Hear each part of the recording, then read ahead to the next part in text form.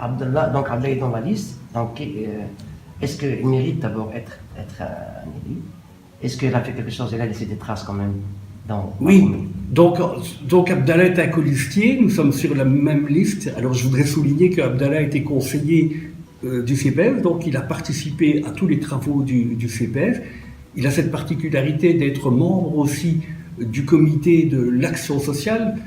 Ce sont avec 3 autres personnes, ils se réunissent une fois par semaine. C'est un mandat qui est lourd, qui demande beaucoup d'investissement pour analyser les dossiers des demandes d'aide sociale.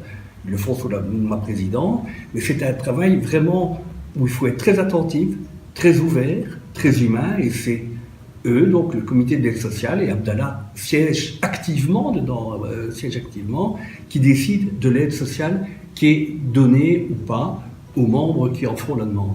Donc moi je voudrais souligner le rôle du conseiller d'un CPS. Nous avons un conseil de 11 personnes, Abdallah est un des membres.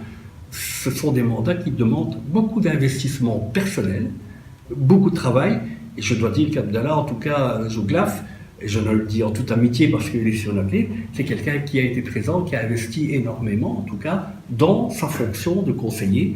C'est souvent pas connu, mais c'est vraiment très très important.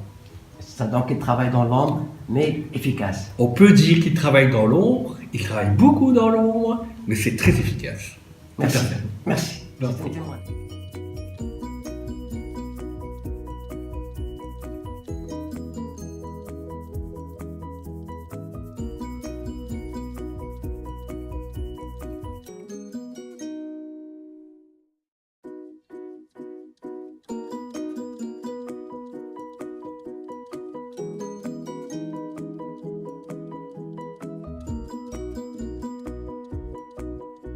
Jouglaf est quelqu'un qui a été très actif au sein du CPS, et c'est un rôle qu'on connaît un peu moins, les conseillers du CPS. On parle souvent des conseillers communaux, mais les conseillers CPS sont des gens très importants, parce que les conseillers CPS sont directement préoccupés par tous les dossiers qui arrivent sur la table du CPS, par tous les demandeurs qui arrivent et qui demandent de l'aide au CPS. Tout le monde peut aller au CPS.